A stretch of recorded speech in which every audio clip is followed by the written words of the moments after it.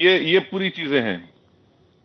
ओवैसी जी, ये एक बात बताइए, इस पूरे वाकया के बाद अब महाराष्ट्र सरकार, जो हमारे मुख्यमंत्री देवेंद्र फडणवीस हैं, उन्होंने कहा है कि हम सुप्रीम कोर्ट में अपील करेंगे मुंबई हाई कोर्ट के इस जजमेंट को।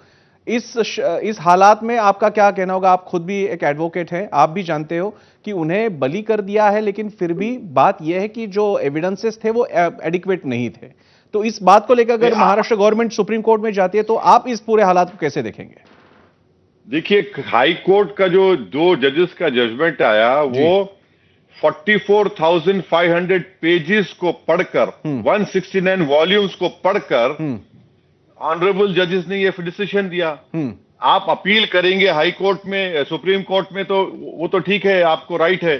मगर सवाल यह है कि जब हाई कोर्ट का इतना बड़ा फैसला आ गया और आप उसको एक्सेप्ट नहीं करना चाह रहे, आप फिर उसको ड्रैग करना चाह रहे, वही 11 लोगों को फिर उस सुप्रीम कोर्ट जाए, उसमें वाहिद शेख को तो ट्रायल कोर्ट ने 9 साल जेल में रहने के बाद छोड़ दिया जी। मगर प्रॉब्लम यह है कि क्या सरकार ये नहीं चाहती कि जो असली मुल्जिम है, जिन्होंने मुंबई ट्रेन ब्लास्ट किया जी, उनको पकड़ा जाए? वो कहां गए, उनको कैसे उनको छोड़ दिया गया?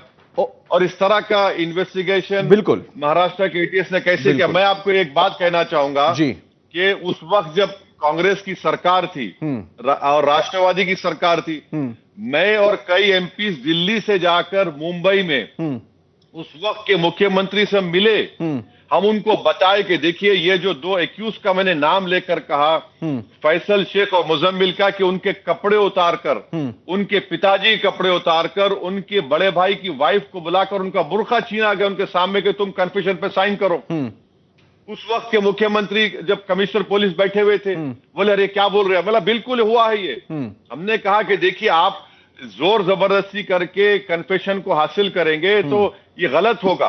आज नहीं तो कल उस कोर्ट उसका नोटिस लिए। मैं उस मीटिंग में था जब मुख्यमंत्री ने हमको बुलाया था अपने ऑफिस में। उस वक्त कमिश्नर पुलिस उस वक्त के थे। तो ये तो गलत हो रहा है ना। आप किसी एक समुदाय को, सिर्फ समुदाय के है तो आपने उनको जिंदगी बर्बाद कर दी। तो मैं तो शुक्रिया अदा करूंगा जमीयतुल उलमा का, और अपने ऐसे कई लॉयर्स हैं। देखिए, रिटायर्ड जज हैं मुरलीधर साहब, आपके नागामुत्ती साहब, नित्या रामचंद्रन, वहाब खान, शरीफ शेख और युग मोहित चौधरी, ये बहुत मेहनत किए लोग, मैंने पूरा अपना।